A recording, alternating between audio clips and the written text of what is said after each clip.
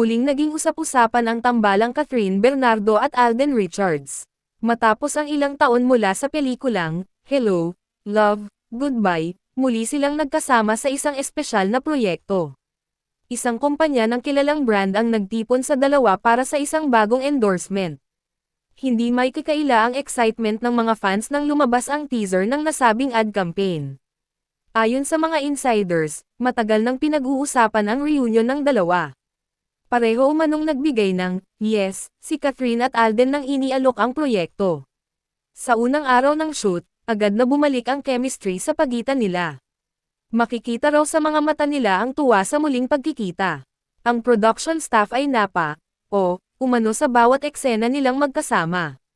Kinumpirma rin ng direktor na halos wala ng adjustment ang dalawa. Parang kahapon lang yung Hello, Love, Goodbye, ani ng isang crew. Si Catherine ay todong ngiti habang kinakausap si Alden sa break time. Si Alden naman ay gentleman pa rin at laging inaasikaso si Catherine. Ang nilang katrabaho, sabi ng stylist ng shoot. Nang mag-live si Alden sa Instagram, umabot sa libo-libo ang viewers. Tuwang-tuwa ang fans nang makita si Catherine na sumilip sa frame. Trending agad sa X, dating Twitter, ang hashtag na #CatDenReunion. Ilang fans ang nagbahagi ng edits at throwback photos nila. Ang mga loyal fans ay umaasang may susunod pang proyekto. Isang fan ang nagkomento, kahit commercial lang, parang pelikula na.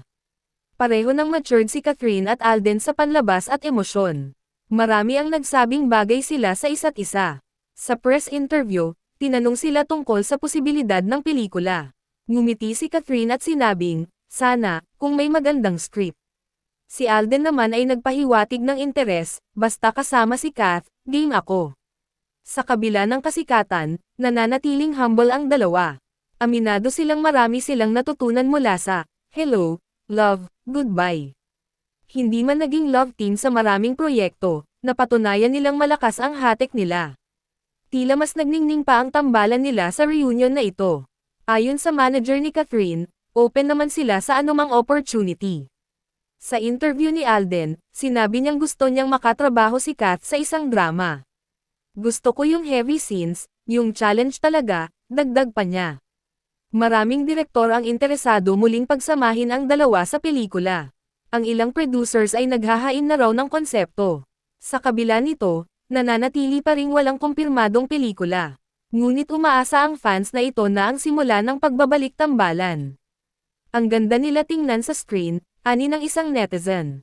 Kahit iba ang mga ka-love team nila ngayon, buo pa rin ang suporta ng Catden fans. Pinuri rin sila ng showbiz writers sa kanilang professionalism. Dalawang bituin na kayang magsanib kahit sandali, at magningning, ayon kay Manay Lolet. Nakita rin si Alden na dumalaw sa set ng isang shooting ni Catherine. Pinagpiestahan ito sa social media. Supportive friend lang, ani ni Alden sa isang comment. Sa isang backstage video, tinanong si Catherine kung ano ang masasabi niya kay Alden. Masaya ako na nagkita ulit kami. He's always been kind and respectful, tugon niya. Lalo lamang kinilig ang fans sa mga sagot nila. Naglabasan tuloy ang mga memes na sana ay may sequel na ang HLG. Si Direk Cathy Garcia Molina ay nagpost pa ng cryptic message tungkol sa pag-ibig at reunion. Lahat ng ito ay nagpasabik sa mga manunood. Isang bagay ang sigurado, kapag nagsama muli sina Catherine at Alden sa pelikula, magiging blockbuster ito.